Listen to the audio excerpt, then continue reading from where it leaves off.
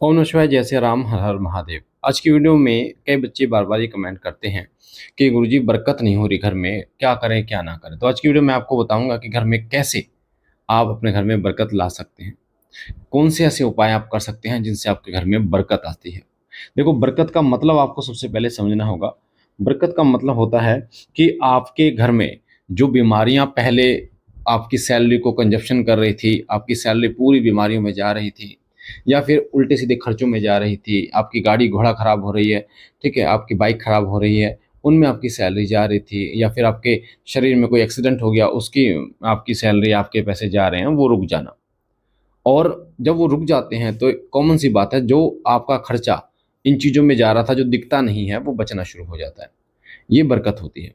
अब कई लोग इससे भी समझ सकते हैं इस चीज़ को, जैसे पहले सैलरी तो उतनी है, अगर बरकत नहीं रहती है ना आपके घर में, तो क्या होता है, बरकत नहीं होती है तब जिस सैलरी में, यानी आपकी 10,000 सैलरी थी और 10,000 सैलरी में आपके 5 जो घर के मेंबर हैं, वो मान लो 20 किलो आटा आपका लग रहा है घर में, तो जब आपकी वो नहीं होती है, बरकत नहीं होती, तो वो बेटा 30 से 40 किलो लगना शुरू हो जाता है।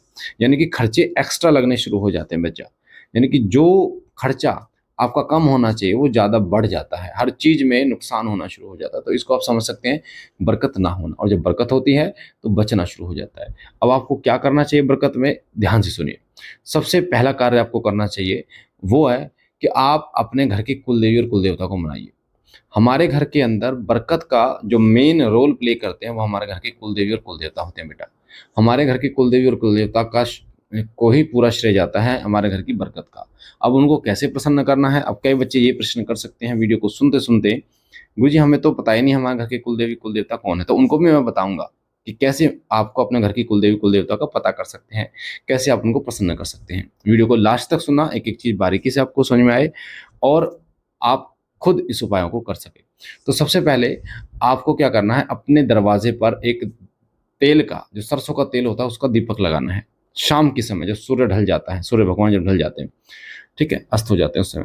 अब ये कहाँ लगाना है, जैसे आप बाहर से अपने घर की तरफ आते हैं अंदर की तरफ, तो उल्टे हाथ पे, उल्टे हाथ की तरफ ऊपर की तरफ लगाना है। यानी बाहर से मेन गेट के उल्टे लेफ्ट हैंड की तरफ लगाना है आपको, नीचे नहीं लगाना जहाँ चप्पल वगैरह उतारते हैं, ऊपर। अब कई बच्चे ना बार बार ये कमेंट भी कर रहे थे, गुरुजी नीचे कैसे, मतलब ऊपर कैसे लगाएंगे हम, मतलब कुछ टांगने के लिए नहीं है कुछ। तो आपको बता दूं, एक ना साबुनदानी आती है ना, बाथरूम के लिए स्टील की। तो उसमें ना एक कील लगाने का ऑप्शन होता है, दीवार में कील ठोक के। तो आप ऐसा करो, 30-40 रुपए की साबुनदानी लेके आओ और उसको अपनी लेफ्ट साइड की दीवार पे टांग दो, लगभग 3 फुट ऊपर, 2.5 फुट ऊपर।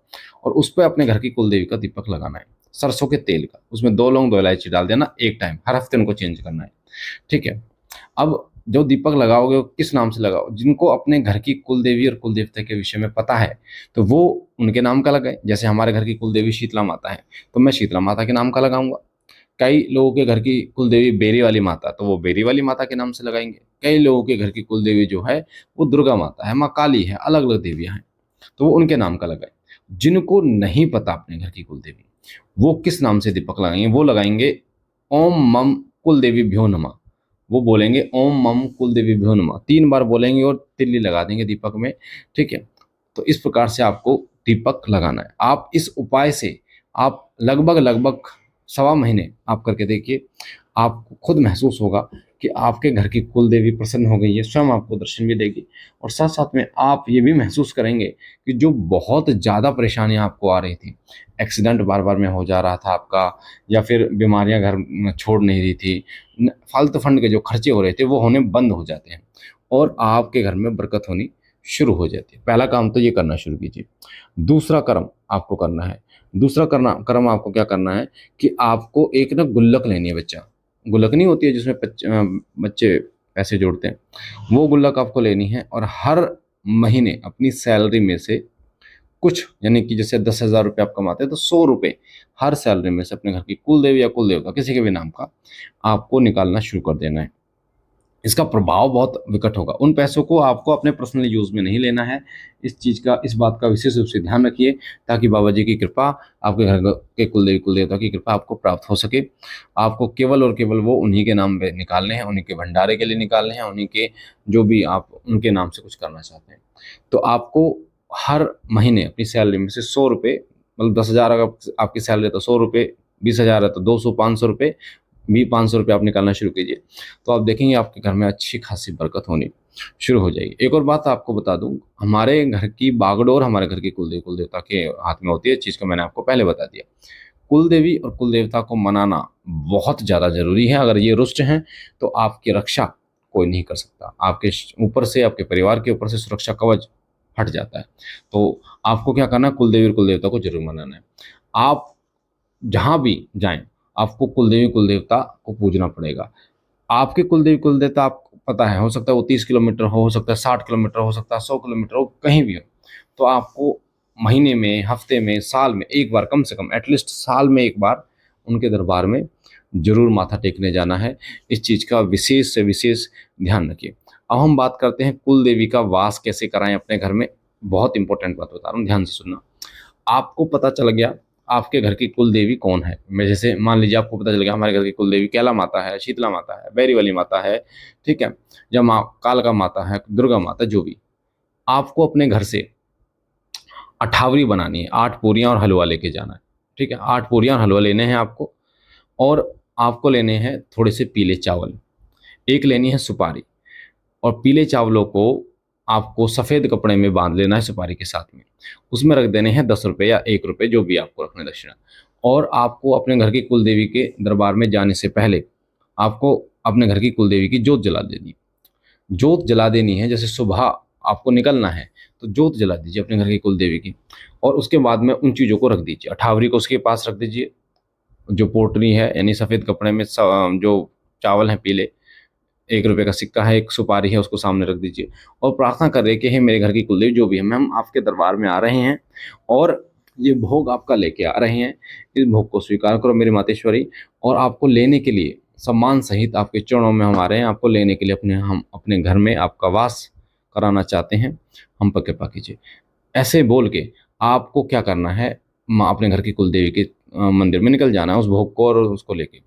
अब जब आप निकल जाएंगे तो उसके बाद जब अपने माथा टेकते हैं, अपने घर की कुलदेवी को मनाते हैं, पूजा करने के बाद आपको जब वापस आने आने को होंगे आप, तो आपको अपने घर की कुलदेवी से प्रार्थना करने की है, मेरे घर की कुलदेवी हमारे साथ चलिए, हम आपको निमंत्रण देते हैं, मेरे घर पधारिए। ऐसा कह के आपको वो चावल अपने घर की कुलदेवी के चरणों में मतलब खोल देने हैं, रख वहाँ पे छोड़ के नहीं आने, वो खोल देने हैं, टच कराने हैं जहाँ उनका स्थान है। गर्भगृह है तो वहाँ, अगर गर्भगृह नहीं जा सकते तो आसपास का जो वहाँ चरण है उनके, वहाँ पे उनकी चौखट पे टच करा दीजिए। वो लेके आपको सीधे घर आने के बाद में जब आप अपने घर की कुलदेवी को घर आएंगे लेके, तो सबसे पहला कार्य आपको करना, अपने घर के मंदिर में उन चावल की ढेरी को स्थापित करना। उसके ऊपर उस जो मैंने आपको बताया सुपारी को स्थापित करना है। और अपने घर की कुलदेवी का देसी घी का दीपक, चौमुखा दीपक जला देना है। ठीक है, और भोग जो है वो कुछ ना कुछ भोग आपको, जैसे हलवा पूरी का भोग लगा दें, ठीक है, 2 लौंग और 1 बतासे का भोग अपने घर के कुलदेवी के नाम का कपूर पे दे दें। किसी भी समय आप आएँ, रात को 1 बजे, 2 बजे, 3 बजे, 4 बजे, जो भी समय आपको लगे, आपको आगे तुरंत भोग लगा देना है। आप देखेंगे आपके घर के कुलदेवी का वास आपके घर में हो चुका है। फिर रोजाना देसी घी का दीपक उनके नाम का जलाएं। आपके घर की कुलदेवी की कृपा से आपके घर में बरकत होनी शुरू हो जाएगी और ढेर सारा आशीर्वाद भी आपके घर की कुलदेवी का आपको प्राप्त होगा। श्री सिद्ध विश्व शक्ति धाम फरीदाबाद में हम दरबार लगाते हैं बाबा भोलेनाथ और माँ पार्वती का। और ये दरबार हर संडे को लगता है, हर रविवार को लगता है। जो भी दुखी हैं, भूत प्रेत जिन मशान नकारात्मक शक्तियों से परेशान है, तंत्र मंत्र से परेशान है, वो बच्चे श्री सिद्ध विश्व शक्ति धाम आ सकते हैं। निःशुल्क दरबार लगता है, किसी से कोई चार्ज नहीं लिया जाता बाबा जी की कृपा से। तो आप दरबार आना चाहते तो आ सकते हैं। हर यानी रोजाना दोपहर 2 बजे, रात को 9 बजे हम लाइव आते हैं। अगर आप लाइव जुड़ना चाहते हैं, कुछ प्रश्न है आपका, तो आप पूछ सकते हैं। और अगर आपको कोई प्रश्न ऐसा है जिसका जवाब आपको नहीं मिला, तो आप कमेंट कर सकते हैं इस वीडियो पे। मैं कोशिश करूंगा आपके हर कमेंट का जवाब देने की। तब तक बाबा भोलेनाथ कृपा करें, खुश रखें आपको और आपके परिवार को। ओम नमः शिवाय, जय श्री राम, हर हर महादेव।